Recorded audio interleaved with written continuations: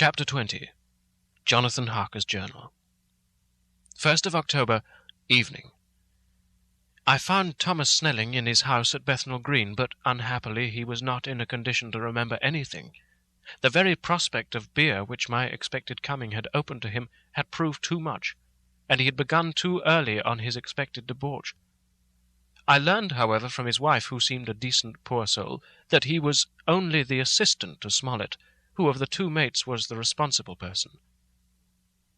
So off I drove to Walworth, and found Mr. Joseph Smollett at home and in his shirt-sleeves, taking a late tea out of a saucer. He's a decent, intelligent fellow, distinctly a good, reliable type of workman, and with a headpiece of his own. He remembered all about the incident of the boxes, and from a wonderful dog's-eared notebook which he produced from some mysterious receptacle about the seat of his trousers, and which had hieroglyphical entries in thick, half-obliterated pencil, he gave me the destinations of the boxes. There were, he said, 6 in the cartload which he took from Carfax and left at 197 Chicksand Street, Mile End, Newtown, and another 6 which he deposited at Jamaica Lane, Bermondsey. If, then, the Count meant to scatter these ghastly refugees of his over London, these places were chosen as the first of delivery, so that later he might distribute more fully. The systematic manner in which this was done made me think that he could not mean to confine himself to 2 sides of London. He was now fixed on the far east of the northern shore, on the east of the southern shore, and on the south. The north and west were surely never meant to be left out of his diabolical scheme, let alone the city itself and the very heart of fashionable London in the south-west and west. I went back to Smollett, and asked him if he could tell us if any other boxes had been taken from Carfax. He replied, "Well, Governor, you treated me very handsome." I had given him half a sovereign.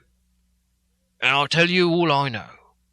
I heard a man by the name of Bloxham say 4 nights ago in the Hare and Hounds, in Pincher's Alley, as how he and his mate had a rare dusty job in an old house at Perfect.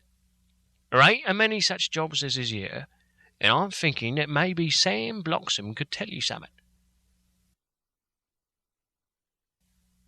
I asked if he could tell me where to find him. I told him that if he could get me the address, it would be worth another half-sovereign to him. So he gulped down the rest of his tea and stood up, saying that he was going to begin the search then and there. At the door he stopped and said, "Look here, Governor, there ain't no sense in me a-keeping you here. I may find Sam soon, or I mayn't. But anyhow, he ain't like to be in a way to tell you much tonight. Sam's a rare one when he starts on the booze. If you can give me an envelope with a stamp on it and put your address on it, I'll find out where Sam is to be found and post it to you tonight. But you'd better be up after him soon in the morning, or maybe you won't catch him, for Sam gets off main early, never mind the booze the night afore." This was all practical. So one of the children went off with the penny to buy an envelope and a sheet of paper, and to keep the change. When she came back, I addressed the envelope and stamped it, and when Smollett had again faithfully promised to post the address when found, I took my way to home. We're on the track, anyhow. I'm tired tonight and want sleep. Mina is fast asleep, and looks a little too pale. Her eyes look as though she'd been crying. Poor dear, I've no doubt it frets her to be kept in the dark, and it may make her doubly anxious about me and the others. But it is best as it is. It's better to be disappointed and worried in such a way now than to have her nerve broken. The doctors were quite right to insist on her being kept out of this dreadful business. I must be firm, for on me this particular burden of silence must rest. I shan't even enter on the subject with her under any circumstances. Indeed, it may not be a hard task after all, for she herself has become reticent on the subject and hasn't spoken of the Count or his doings ever since we told her of our decision. 2nd of October, evening. A long and trying and exciting day. By the first post I got my directed envelope with a dirty scrap of paper enclosed, on which was written with a carpenter's pencil in a sprawling hand, "Sam Bloxham, Corcoran's, 4 Potters Court, Bartle Street, Walworth. Ask for the deposit. I got the letter in bed and rose without waking Mina. She looked heavy and sleepy and pale and far from well. I determined not to wake her, but that when I should return from this new search I would arrange for her going back to Exeter. I think she would be happier in our own home, with her daily tasks to interest her, than in being here amongst us and in ignorance. I only saw Dr. Seward for a moment, and told him where I was off to, promising to come back and tell the rest so soon as I should have found out anything. I drove to Walworth and found, with some difficulty, Potter's Court. Mr. Smollett's spelling misled me, as I asked for Potter's Court instead of Potter's Court. However, when I had found the court, I had no difficulty in discovering Corcoran's lodging-house. When I asked the man who came to the door for the deposit, he shook his head, and said, "I don't know him. There ain't no such a person here. I never heard of him in all my blooming days. Don't believe there ain't nobody of that kind living here, or anywheres." I took out Smollett's letter, and as I read it, it seemed to me that the lesson of the spelling of the name of the court might guide me. "What are you?" I said. "I'm the deputy," he answered. I saw at once that I was on the right track. Phonetic spelling had again misled me. A half-crown tip put the deputy's knowledge at my disposal, and I learned that Mr. Bloxham, who had slept off the remains of his beer on the previous night at Corcoran's, had left for his work at Poplar at 5 o'clock that morning. He couldn't tell me where the place of work was situated, but he had a vague idea that it was some kind of a new-fangled warehouse. With this slender clue, I had to start for Poplar. It was 12 o'clock before I got any satisfactory hint of such a building, and this I got at a coffee shop, where some workmen were having their dinner. One of these suggested that there was being erected at Cross Angel Street a new cold storage building, and as this suited the condition of a new-fangled warehouse, I at once drove to it. An interview with a surly gatekeeper and a surlier foreman, both of whom were appeased with the coin of the realm, put me on the track of Bloxham. He was sent for on my suggesting that I was willing to pay his day's wages to his foreman for the privilege of asking him a few questions on a private matter. He was a smart enough fellow, though rough of speech and bearing. When I had promised to pay for his information and give him an earnest, he told me that he had made 2 journeys between Carfax and a house in Piccadilly, and had taken from this house to the latter 9 great boxes, main heavy ones, with a horse and cart hired by him for this purpose. I asked him if he could tell me the number of the house in Piccadilly, to which he replied, "Well, Governor, I forget your number, but it was only a few doors from a big white church or something of the kind, not long built. It was a dusty old house, too, though nothing to the dustiness of the house we took the blooming boxes from." "How did you get into the houses, if they were both empty?" "There was the old party what engaged me a-waiting in the house at Purfleet, and he helped me to lift the boxes and put them in the dray. Curse me, but he was the strongest chap I ever struck. And him an old fellow with a white moustache, one that thin, you would think he couldn't throw a shadow." How this phrase thrilled through me. "Why, he took up his end of the boxes like they was pounds of tea, and me a-puffing and a-blowing afore I could up-end mine anyhow, and I'm no chicken neither." "How did you get into the house in Piccadilly?" I asked. "He was there too. He must have started off and got there afore me, for when I rung of the bell, he came and opened the door himself, and helped me to carry the boxes into the hall." "The whole 9? I asked. "Yes. There was 5 in the first load, and 4 in the second. It was main dry work, and I don't so well remember how I got home." I interrupted him. "Were the boxes left in the hall?" "Yes. It was a big hall, and there was nothing else in it." I made one more attempt to further matters. "You didn't have any key?" "Never used no key nor nothing. The old gent, he opened the door himself and shut it again when I drove off. I don't remember the last time, but that was the beer. And you can't remember the number of the house? No, sir, but you needn't have no difficulty about that. It's an iron with a stone front with a bow on it, and I steps up to the door. I know them steps, having had to carry the boxes up with 3 loafers what come round to earn a copper. The old gent give them shillings, and they seen they got so much they wanted more. But he took one of them by the shoulder and was like to throw him down the steps till the lot of them went away cashing. I thought that with this description I could find the house, so, having paid my friend for his information, I started off for Piccadilly. I had gained a new, painful experience. The Count could, it was evident, handle the earth boxes himself. If so, time was precious, for now that he had achieved a certain amount of distribution, he could, by choosing his own time, complete the task unobserved.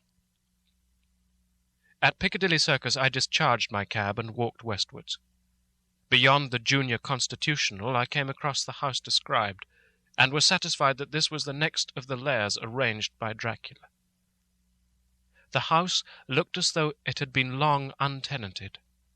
The windows were encrusted with dust, and the shutters were up. All the framework was black with time, and from the iron the paint had mostly scaled away. It was evident that up to lately there had been a large notice-board in front of the balcony. It had, however, been roughly torn away, the uprights which had supported it still remaining. Behind the rails of the balcony I saw there were some loose boards, whose raw edges looked white. I would have given a good deal to have been able to see the notice-board intact, as it would, perhaps, have given some clue to the ownership of the house. I remembered my experience of the investigation and purchase of Carfax, and I could not but feel that if I could find the former owner, there might be some means discovered of gaining access to the house. There was at present nothing to be learned from the Piccadilly side, and nothing could be done. So I went round to the back to see if anything could be gathered from this quarter. The mews were active, the Piccadilly houses being mostly in occupation. I asked 1 or 2 of the grooms and helpers whom I saw around if they could tell me anything about the empty house. One of them said that he heard it had lately been taken, but he couldn't say from whom. He told me, however, that up to very lately there had been a notice-board of "For Sale" up, and that perhaps Mitchell, Sons, and Candy, the house agents, could tell me something, as he thought he remembered seeing the name of that firm on the board. I didn't wish to seem too eager, or to let my informant know or guess too much, so, thanking him in the usual manner, I strolled away. It was now growing dusk, and the autumn night was closing in, so I didn't lose any time. Having learned the address of Mitchell, Sons, and Candy from a directory at the Berkeley, I was soon at their office in Sackville Street. The gentleman who saw me was particularly suave in manner, but uncommunicative in equal proportion. Having once told me that the Piccadilly house, which throughout our interview he called a mansion, was sold, he considered my business as concluded. When I asked who had purchased it, he opened his eyes a thought wider, and paused a few seconds, before replying, "It's sold, sir." "Pardon me," I said with equal politeness, "but I have a special reason for wishing to know who purchased it." Again he paused longer, and raised his eyebrows still more. "It is sold, sir," was again his laconic reply. "Surely," I said, "you don't mind letting me know so much?" "But I do mind," he answered. "The affairs of their clients are absolutely safe in the hands of Mitchell, Sons, and Candy." This was manifestly a prig of the first water, and there was no use arguing with him. I thought I had best meet him on his own ground, so I said, "Your clients, sir, are happy in having so resolute a guardian of their confidence. I am myself a professional man." Here I handed him my card. "In this instance I am not prompted by curiosity. I act on the part of Lord Godalming, who wishes to know something of the property which was, he understood, lately for sale." These words put a different complexion on affairs. He said, I would like to oblige you if I could, Mr. Harker, and especially would I like to oblige his lordship. We once carried out a small matter of renting some chambers for him, when he was the Honourable Arthur Holmwood. If you will let me have his lordship's address, I will consult the house on the subject, and will, in any case, communicate with his lordship by tonight's post. It will be a pleasure if we can so far deviate from our rules as to give the required information to his lordship. I wanted to secure a friend, and not to make an enemy, so I thanked him, gave the address at Dr. Seward's, and came away. It was now dark, and I was tired and hungry. I got a cup of tea at the Aerated Bread Company, and came down to Purfleet by the next train. I found all the others at home. Mina was looking tired and pale, but she made a gallant effort to be bright and cheerful. It wrung my heart to think that I had had to keep anything from her, and so caused her inquietude. Thank God, this will be the last night of her looking on at our conferences, and feeling the sting of our not showing our confidence. It took all my courage to hold to the wise resolution of keeping her out of our grim task. She seems somehow more reconciled, or else the very subject seems to have become repugnant to her, for when any accidental allusion is made, she actually shudders. I am glad we made our resolution in time, as with such a feeling as this, our growing knowledge would be torture to her. I couldn't tell the others of the day's discovery till we were alone, so after dinner, followed by a little music to save appearances even amongst ourselves, I took Mina to her room, and left her to go to bed. The dear girl was more affectionate with me than ever, and clung to me as though she would detain me. But there was much to be talked of, and I came away. Thank God, the ceasing of telling things has made no difference between us.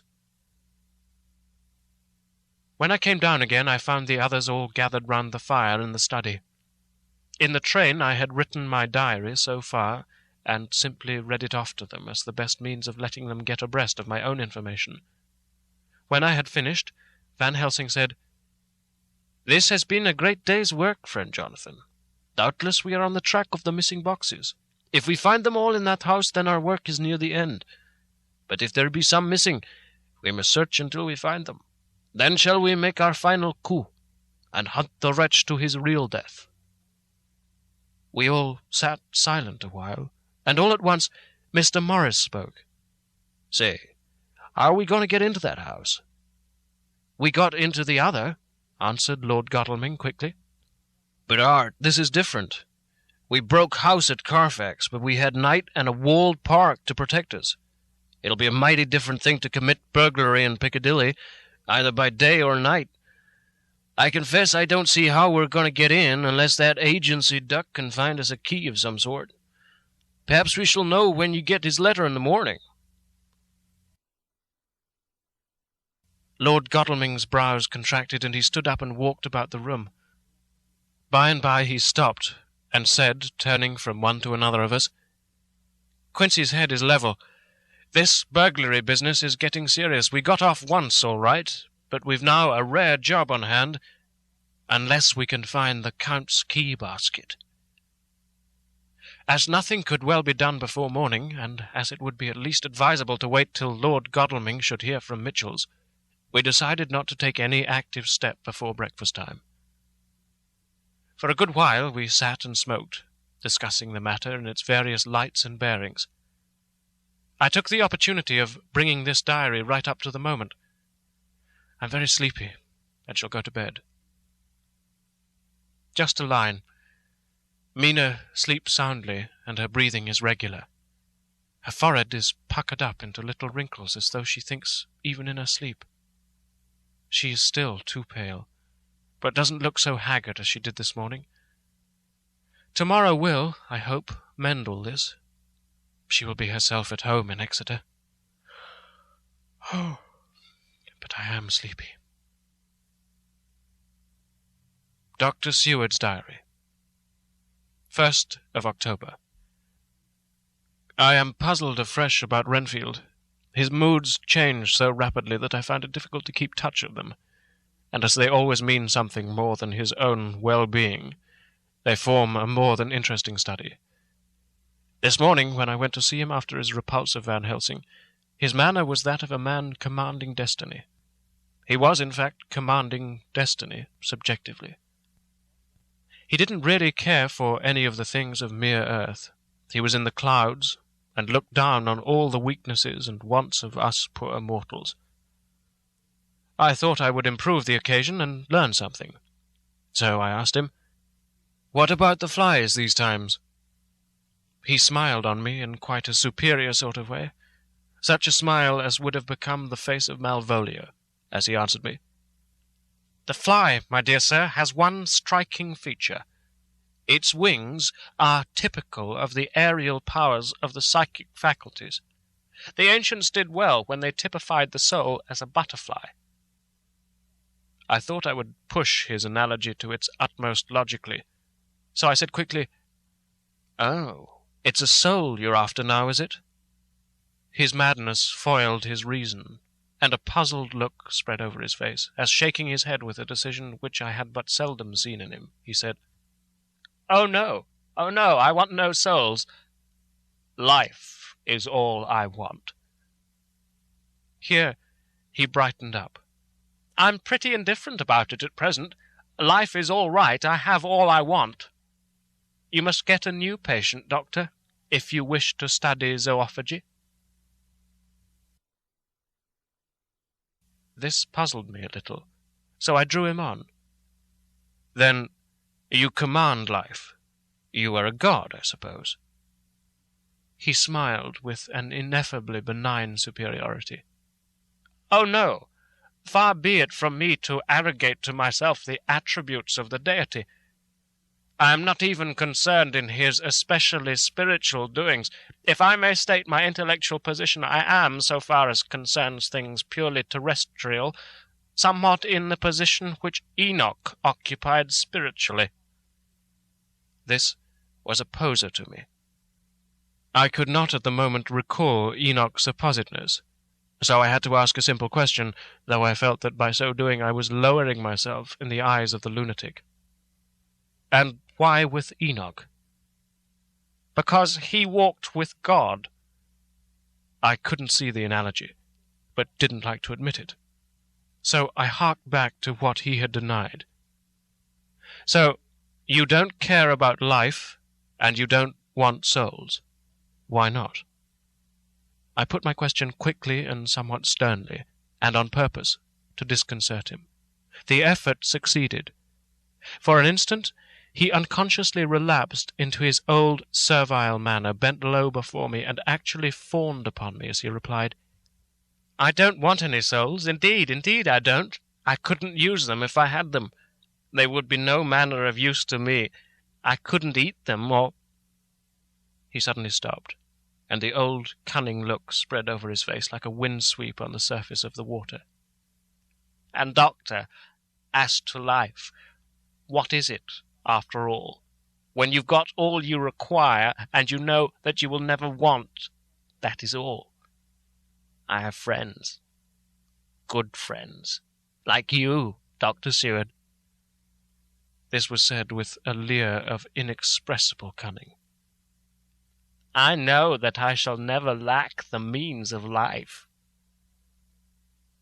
I think that through the cloudiness of his insanity he saw some antagonism in me, for he at once fell back on the last refuge of such as he, a dogged silence.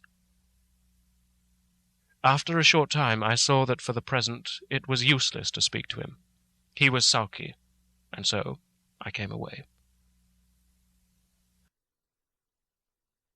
Later in the day he sent for me. Ordinarily I wouldn't have come without special reason, but just at present I'm so interested in him that I would gladly make an effort. Besides, I'm glad to have anything to help to pass the time.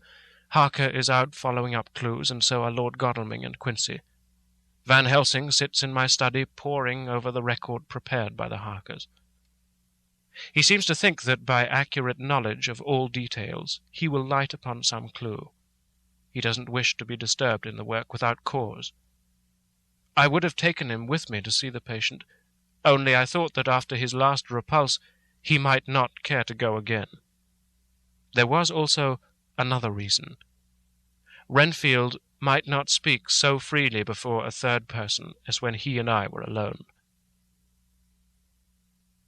I found him sitting out in the middle of the floor on his stool, a pose which is generally indicative of some mental energy on his part.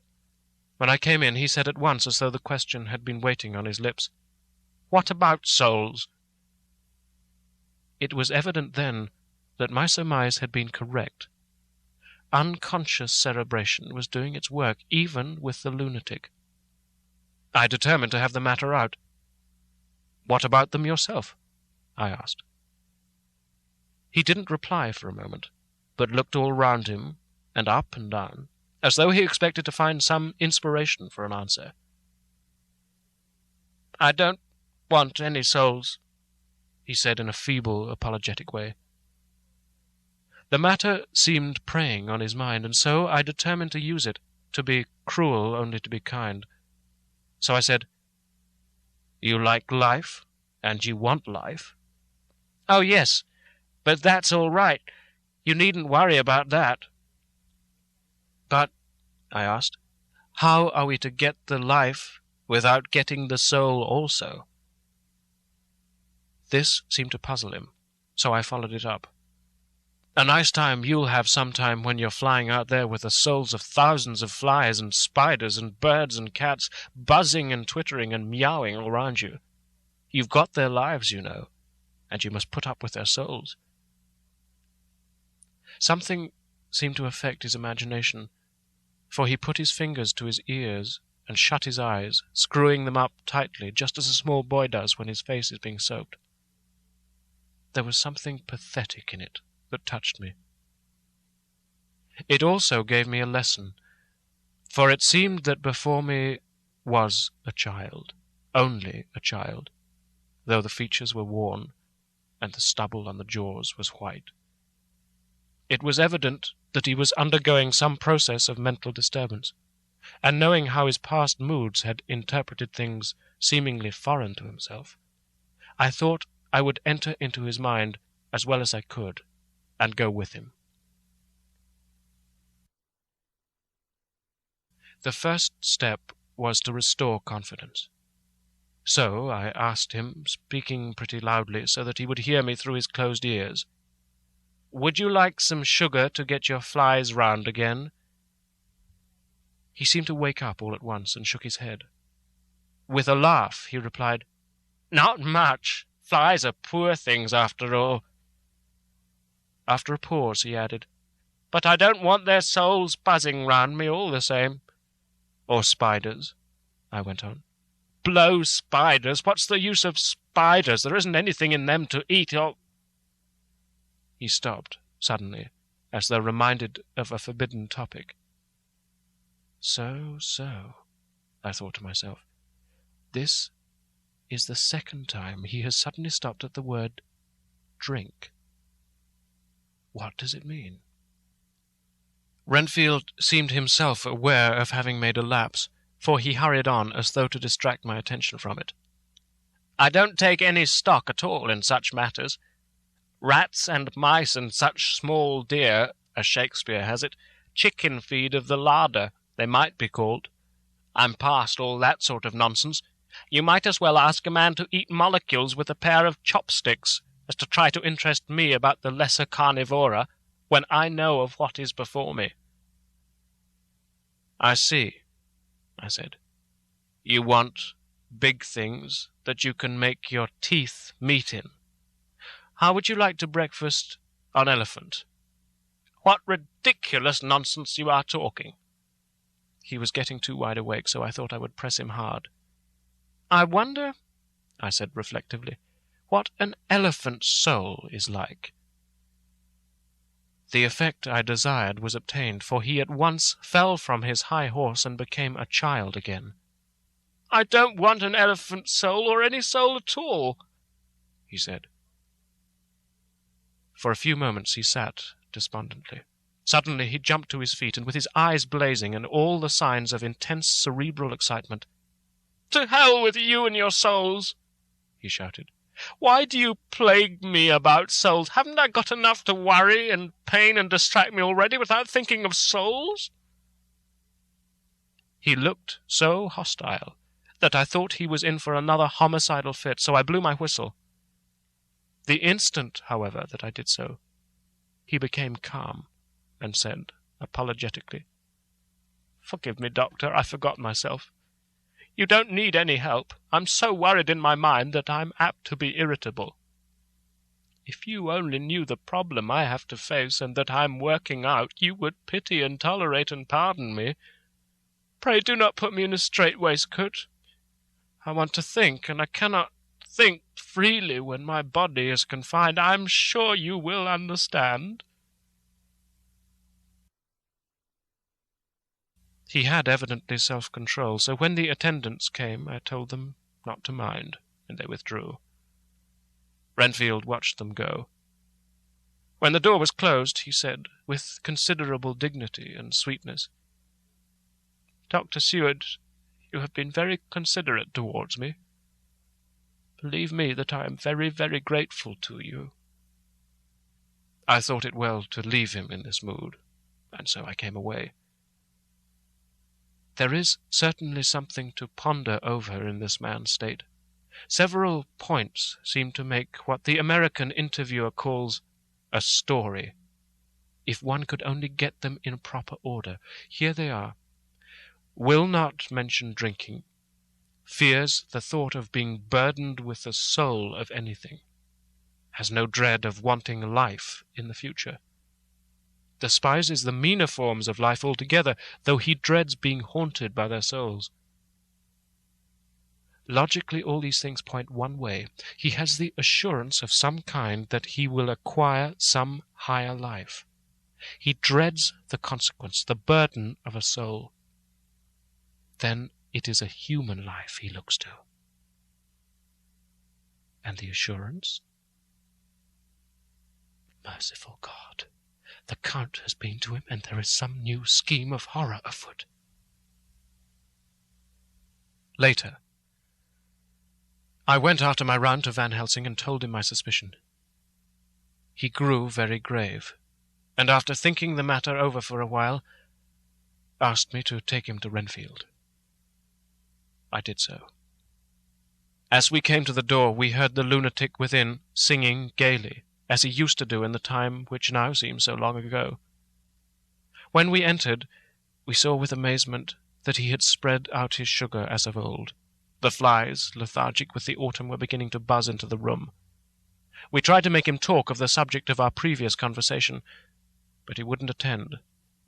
He went on with his singing, just as though we had not been present. He had got a scrap of paper, and was folding it into a notebook. We had to come away as ignorant as we went in. His is a curious case indeed. We must watch him tonight. Letter. Mitchell, Sons and Candy to Lord Godalming. 1st of October. My Lord, we are at all times only too happy to meet your wishes. We beg, with regard to the desire of your lordship expressed by Mr. Harker on your behalf, to supply the following information concerning the sale and purchase of number 347 Piccadilly. The original vendors are the executors of the late Mr. Archibald Winter Suffield. The purchaser is a foreign nobleman, Count de Ville, who effected the purchase himself, paying the purchase money in notes over the counter, if your lordship will pardon us using so vulgar an expression. Beyond this, we know nothing whatever of him. We are, my lord, your lordship's humble servants, Mitchell, Sons and Candy. Dr. Seward's Diary, 2nd of October. I placed a man in the corridor last night, and told him to make an accurate note of any sound he might hear from Renfield's room, and gave him instructions that if there should be anything strange he was to call me. After dinner, when we had all gathered round the fire in the study, Mrs. Harker having gone to bed, we discussed the attempts and discoveries of the day. Harker was the only one who had any result, and we are in great hopes that his clue may be an important one. Before going to bed, I went round to the patient's room and looked in through the observation trap. He was sleeping soundly, and his heart rose and fell with regular respiration. This morning the man on duty reported to me that a little after midnight he was restless and kept saying his prayers somewhat loudly. I asked him if that was all. He replied that it was all he heard. There was something about his manner so suspicious that I asked him point blank if he had been asleep. He denied sleep, but admitted to having dozed for a while. It's too bad that men can't be trusted unless they are watched. Today Harker is out following up his clue, and Art and Quincy are looking after horses. Godalming thinks that it will be well to have horses always in readiness, for when we get the information which we seek there will be no time to lose. We must sterilize all the imported earth between sunrise and sunset. We shall thus catch the Count at his weakest, and without a refuge to fly to. Van Helsing is off to the British Museum looking up some authorities on ancient medicine. The old physicians took account of things which their followers do not accept, and the professor is searching for witch and demon cures, which may be useful to us later. I sometimes think we must be all mad, and that we shall wake to sanity in strait waistcoats. Later. We have met again. We seem at last to be on the track, and our work of tomorrow may be the beginning of the end. I wonder if Renfield's quiet has anything to do with this. His moods have so followed the doings of the Count that the coming destruction of the monster may be carried to him in some subtle way. If we could only get some hint as to what passed in his mind between the time of my argument with him today and his resumption of fly-catching, it might afford us a valuable clue. He is now seemingly quiet for a spell. Is he? That wild yell seemed to come from his room. The attendant came bursting into my room and told me that Renfield had somehow met with some accident. He had heard him yell, and when he went to him, found him lying on his face on the floor, all covered with blood. I must go at once.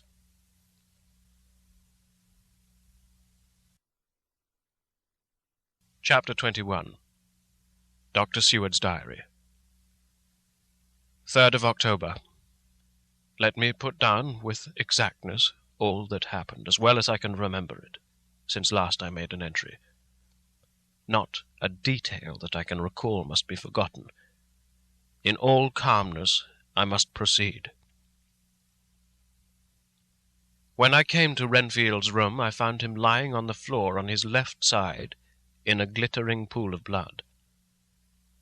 When I went to move him, it became at once apparent that he had received some terrible injuries. There seemed none of that unity of purpose between the parts of the body which marks even lethargic sanity. As the face was exposed, I could see that it was horribly bruised, as though it had been beaten against the floor. Indeed, it was from the face wounds that the pool of blood originated. The attendant who was kneeling beside the body said to me as we turned him over, "I think, sir, his back is broken. See, both his right arm and the leg and the whole side of his face are paralyzed." How such a thing could have happened puzzled the attendant beyond measure. He seemed quite bewildered, and his brows were gathered in as he said, "I can't understand the two things. He could mark his face like that by beating his own head on the floor. I saw a young woman do it once at the Eversfield Asylum before anyone could lay hands on her. And I suppose he might have broke his neck by falling out of bed, if he got in an awkward kink. But for the life of me, I can't imagine how the two things occurred. If his back was broke, he couldn't beat his head, and if his face was like that before the fall out of bed, there would be marks of it." I said to him, "Go to Dr. Van Helsing and ask him to kindly come here at once. I want him without an instant's delay." The man ran off, and within a few minutes the professor, in his dressing-gown and slippers, appeared. When he saw Renfield on the ground, he looked keenly at him a moment, and then turned to me. I think he recognized my thought in my eyes, for he said very quietly, manifestly for the ears of the attendant, "Ah, a sad accident. He will need very careful watching, and much attention. I shall stay with you myself, but I shall first dress myself. If you will remain, I shall in a few minutes join you." The patient was now breathing stertorously, and it was easy to see that he had suffered some terrible injury. Van Helsing returned with extraordinary celerity, bearing with him a surgical case. He had evidently been thinking, and had his mind made up, for almost before he looked at the patient he whispered to me, "Send the attendant away. We must be alone with him when he becomes conscious after the operation." So I said, "I think that will do now, Simmons. We've done all that we can at present. You'd better go your round, and Dr. Van Helsing will operate. Let me know instantly if there be anything unusual anywhere." The man withdrew, and we went into a strict examination of the patient. The wounds of the face were superficial. The real injury was a depressed fracture of the skull extending right up through the motor area. The professor thought a moment and said, "We must reduce the pressure and get back to normal conditions as far as can be. The rapidity of the suffusion shows the terrible nature of his injury. The whole motor area seems affected. The suffusion of the brain will increase quickly, so we must trephine at once or it may be too late." As he was speaking, there was a soft tapping at the door. I went over and opened it, and found in the corridor without Arthur and Quincy in pyjamas and slippers. The former spoke. "I heard your man call up Dr. Van Helsing and tell him of an accident, so I woke Quincy, or rather called for him as he wasn't asleep. Things are moving too quickly and too strangely for sound sleep for any of us these times. I've been thinking that tomorrow night we'll not see things as they have been. We'll have to look back and forward a little more than we have done. May we come in?" I nodded, and held the door open till they had entered. Then I closed it again. When Quincy saw the attitude and state of the patient, and noted the horrible pool on the floor, he said softly, "My God, what's happened to him? Poor, poor devil." I told him briefly, and added that we expected he would recover consciousness after the operation, for a short time at all events. He went at once, and sat down on the edge of the bed, with Godalming beside him. We all watched in patience. "We shall wait," said Van Helsing, "just long enough to fix the best spot for trephining so that we may most quickly and perfectly remove the blood clot, for it is evident that the hemorrhage is increasing."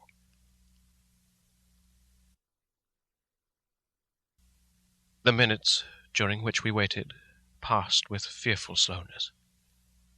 I had a horrible sinking in my heart, and from Van Helsing's face I gathered that he felt some fear or apprehension as to what was to come. I dreaded the words that Renfield might speak. I was positively afraid to think. But the conviction of what was coming was on me, as I have read of men who have heard the death watch. The poor man's breathing came in uncertain gasps. Each instant he seemed as though he would open his eyes and speak. But then would follow a prolonged, stertorous breath, and he would relapse into a more fixed insensibility. Inured as I was to sick-beds and death, this suspense grew and grew upon me. I could almost hear the beating of my own heart, and the blood surging through my temples sounded like blows from a hammer. The silence, finally, became agonizing. I looked at my companions, one after another, and saw from their flushed faces and damp brows that they were enduring equal torture. there was a nervous suspense over us all, as though overhead some dread bell would peal out powerfully when we should least expect it. At last there came a time when it was evident that the patient was sinking fast. He might die at any moment. I looked up at the professor and caught his eyes fixed on mine. His face was sternly set as he spoke. "There is no time to lose. His words may be worth many lives. I have been thinking so as I stood here. It may be there is a soul at stake. We shall operate just above the ear." Without another word he made the operation. For a few moments the breathing continued to be stertorous. Then there came a breath so prolonged that it seemed as though it would tear open his chest. Suddenly his eyes opened and became fixed in a wild, helpless stare. This was continued for a few moments. Then it softened into a glad surprise, and from the lips came a sigh of relief. He moved convulsively, and as he did so said, "Oh, be quiet, Doctor. Tell them to take off this strait waistcoat. I have had a terrible dream, and it has left me so weak that I can't move." "What's wrong with my face? It feels all swollen, and it smarts dreadfully." He tried to turn his head, but even with the effort his eyes seemed to grow glassy again, so I gently put it back. Then Van Helsing said in a quiet, grave tone, "Tell us your dream, Mr. Renfield." As he heard the voice, his face brightened through its mutilation, and he said, "That's Dr. Van Helsing. How good it is of you to be here. Give me some water, my lips are dry, and I shall try to tell you. I dreamed—" He stopped and seemed fainting. I called quietly to Quincy, "The brandy.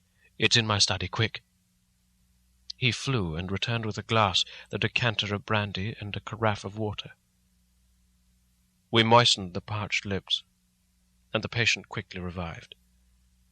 It seemed, however, that his poor injured brain had been working in the interval, for when he was quite conscious he looked at me piercingly, with an agonized confusion which I shall never forget, and said, "I must not deceive myself. It was no dream, but all a grim reality." Then his eyes roved round the room. As they caught sight of the two figures sitting patiently on the edge of the bed, he went on, "If I were not sure already, I would know from them." For an instant his eyes closed, not with pain or sleep, but voluntarily, as though he were bringing all his faculties to bear. When he opened them, he said, hurriedly, and with more energy than he had yet displayed, "Quick, Doctor, quick! I am dying. I feel that I have but a few minutes, and then I must go back to death. Or worse, wet my lips with brandy again. I have something that I must say before I die. Or before my poor crushed brain dies, anyhow. Thank you. It was that night after you left me when I implored you to let me go away. I couldn't speak then, for I felt my tongue was tied. But I was as sane then, except in that way, as I am now. I was in an agony of despair for a long time after you left me. It seemed hours.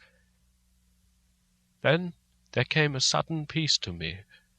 My brain seemed to become cool again, and I realized where I was. I heard the dogs bark behind our house, but not where he was." As he spoke, Van Helsing's eyes never blinked, but his hand came out and met mine and gripped it hard. He did not, however, betray himself. He nodded slightly and said, "Go on," in a low voice. Renfield proceeded. "He came up to the window in the mist, as I had seen him often before, But he was solid then, not a ghost, and his eyes were fierce like a man's when angry. He was laughing with his red mouth. The sharp white teeth glinted in the moonlight when he turned to look back over the belt of trees to where the dogs were barking. I wouldn't ask him to come in at first, though I knew he wanted to, just as he had wanted all along. Then he began promising me things, not in words, but by doing them. He was interrupted by a word from the professor. How? By making them happen. Just as he used to send in the flies when the sun was shining, great big fat ones with steel and sapphire on their wings, and big moths in the night with skull and crossbones on their backs. Van Helsing nodded to him as he whispered to me unconsciously. The Acherontia etripus of the Sphinges, what you call the death's head moth. The patient went on without stopping. Then he began to whisper, rats, rats, rats, hundreds, thousands, millions of them, and every one alive, and dogs to eat them, and cats too, all lives, all red blood with years of life in it, and not merely buzzing flies. I laughed at him, for I wanted to see what he could do. Then the dogs howled, away beyond the dark trees in his house. He beckoned me to the window. I got up and looked out, and he raised his hands and seemed to call out without using any words. A dark mass spread over the grass, coming on like the shape of a flame of fire, and then he moved the mist to the right and left, and I could see that there were thousands of rats with their eyes blazing red, like his, only smaller. He held up his hand, and they all stopped. And I thought he seemed to be saying, All these lives will I give you, aye, and many more, and greater, through countless ages, if you will fall down and worship me. And then a red cloud, like the colour of blood, seemed to close over my eyes, and before I knew what I was doing, I found myself opening the sash and saying to him, Come in, Lord and Master. The rats were all gone, but he slid into the room through the sash, though it was only open an inch wide, just as the moon herself has often come in through the tiniest crack, and has stood before me in all her size and splendour. His voice was weaker, so I moistened his lips with the brandy again, and he continued. But it seemed as though his memory had gone on working in the interval, for his story was further advanced. I was about to call him back to the point, but Van Helsing whispered to me, Let him go on, do not interrupt him. He cannot go back, and maybe could not proceed at all if once he lost the thread of his thought. He proceeded. All day I waited to hear from him, but he did not send me anything, not even a blowfly. And when the moon got up, I was pretty angry with him. When he slid in through the window, though it was shut, and did not even knock, I got mad with him. He sneered at me, and his white face looked out of the mist with his red eyes gleaming, and he went on as though he owned the whole place, and I was no one. He didn't even smell the same as he went by me. I couldn't hold him. I thought that somehow Mrs. Harker had come into the room.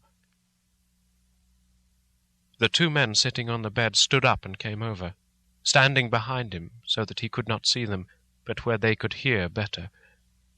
They were both silent, but the professor started and quivered. His face, however, grew grimmer and sterner still. Renfield went on without noticing. When Mrs. Harker came in to see me this afternoon, she wasn't the same. It was like tea after the teapot had been watered. Here we all moved, but no one said a word. He went on. I didn't know that she was here till she spoke, and she didn't look the same. I don't care for the pale people. I like them with lots of blood in them. And hers had all seemed to have run out. I didn't think of it at the time. But when she went away I began to think, and it made me mad to know that he had been taking the life out of her. I could feel that the rest quivered as I did, but we remained otherwise still. So when he came tonight, I was ready for him. I saw the mist stealing in, and I grabbed it tight. I had heard that madmen have unnatural strength, and as I knew I was a madman, at times anyhow, I resolved to use my power. Aye, and he felt it too, for he had to come out of the mist to struggle with me. I held tight, and I thought I was going to win, for I didn't mean him to take any more of her life, till I saw his eyes. They burned into me, and my strength became like water. He slipped through it, and when I tried to cling to him, he raised me up and flung me down. There was a red cloud before me, and a noise like thunder, and the mist seemed to steal away under the door. His voice was becoming fainter, and his breath more stertorous. Van Helsing stood up instinctively. "We know the worst now," he said. "He is here, and we know his purpose. It may not be too late. Let us be armed, the same as we were the other night, but lose no time. There is not an instant to spare." There was no need to put our fear, nay, our conviction, into words. We shared them in common. We all hurried and took from our rooms the same things that we had when we entered the Count's house. The Professor had his ready, and as we met in the corridor, he pointed to them significantly, as he said, "They never leave me, and they shall not till this unhappy business is over. Be wise also, my friends. It is no common enemy that we deal with. Alas, alas, that dear Madam Mina should suffer." He stopped. His voice was breaking, and I do not know if rage or terror predominated in my own heart. Outside the Harkers' door we paused. Art and Quincy held back, and the latter said, "Should we disturb her?" "We must," said Van Helsing grimly. "If the door be locked, I shall break it in. May it not frighten her terribly? It's unusual to break into a lady's room." Van Helsing said solemnly, "You are always right, but this is life and death. All chambers are alike to the doctor, and even were they not, they are all as one to me tonight. Friend John, when I turn the handle, if the door does not open, do you put your shoulder down and shove. And you too, my friends. Now!" He turned the handle as he spoke, but the door did not yield. We threw ourselves against it. With a crash, it burst open, and we almost fell headlong into the room. The Professor did actually fall, and I saw across him as he gathered himself up from hands and knees. What I saw appalled me. I felt my hair rise like bristles on the back of my neck, and my heart seemed to stand still. The moonlight was so bright that through the thick yellow blind the room was light enough to see. On the bed beside the window lay Jonathan Harker, his face flushed and breathing heavily as though in a stupor. Kneeling on the near edge of the bed, facing outwards, was the white-clad figure of his wife. By her side stood a tall, thin man, clad in black. His face was turned from us, but the instant we saw, we all recognized the Count. In every way, even to the scar on his forehead. With his left hand, he held both Mrs. Harker's hands, keeping them away with her arms at full tension. His right hand gripped her by the back of the neck, forcing her face down on his bosom. Her white nightdress was smeared with blood, and a thin stream trickled down the man's bare breast, which was shown by his torn-open dress. The attitude of the two had a terrible resemblance to a child forcing a kitten's nose into a saucer of milk to compel it to drink. As we burst into the room, the Count turned his face, and the hellish look that I had heard described seemed to leap into it. His eyes flamed red with devilish passion. The great nostrils of the white aquiline nose opened wide and quivered at the edge, and the white sharp teeth behind the full lips of the blood-dripping mouth champed together like those of a wild beast. With a wrench which threw his victim back upon the bed as though hurled from a height, he turned and sprang at us. But by this time the Professor had gained his feet and was holding towards him the envelope which contained the sacred wafer. The Count suddenly stopped, just as poor Lucy had done outside the tomb, and cowered back. Further and further back he cowered, as we, lifting our crucifixes, advanced. The moonlight suddenly failed, as a great black cloud sailed across the sky, and when the gaslight sprang up under Quincy's match, we saw nothing but a faint vapour.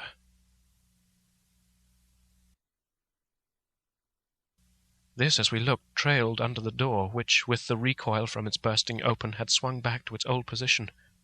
Van Helsing, Art, and I moved towards Mrs. Harker, who by this time had drawn her breath, and with it had given a scream so wild, so ear-piercing, so despairing, that it seems to me now that it will ring in my ears till my dying day. For a few seconds she lay in her helpless attitude and disarray. Her face was ghastly, with a pallor which was accentuated by the blood which smeared her lips and cheeks and chin. From her throat trickled a thin stream of blood. Her eyes were mad with terror.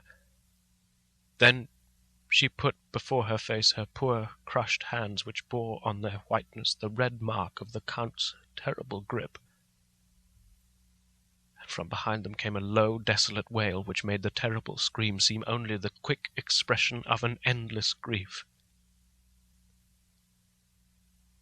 Van Helsing stepped forward and drew the coverlet gently over her body, whilst Art, after looking at her face for an instant despairingly, ran out of the room. Van Helsing whispered to me, "Jonathan is in a stupor, such as we know the vampire can produce. We can do nothing with poor Madame Mina for a few moments till she recovers herself. I must wake him." He dipped the end of a towel in cold water, and with it began to flick him on the face, his wife all the while holding her face between her hands and sobbing in a way that was heartbreaking to hear. I raised the blind and looked out of the window. There was much moonshine, and as I looked I could see Quincy Morris run across the lawn and hide himself in the shadow of a great yew tree. It puzzled me to think why he was doing this. But at the instant I heard Harker's quick exclamation as he woke to partial consciousness and turned to the bed. On his face, as there might well be, was a look of wild amazement. He seemed dazed for a few seconds, and then full consciousness seemed to burst upon him all at once, and he started up. His wife was aroused by the quick movement, and turned to him with her arms stretched out as though to embrace him. Instantly, however, she drew them in again, and putting her elbows together, held her hands before her face, and shuddered till the bed beneath her shook. "In God's name, what does this mean?"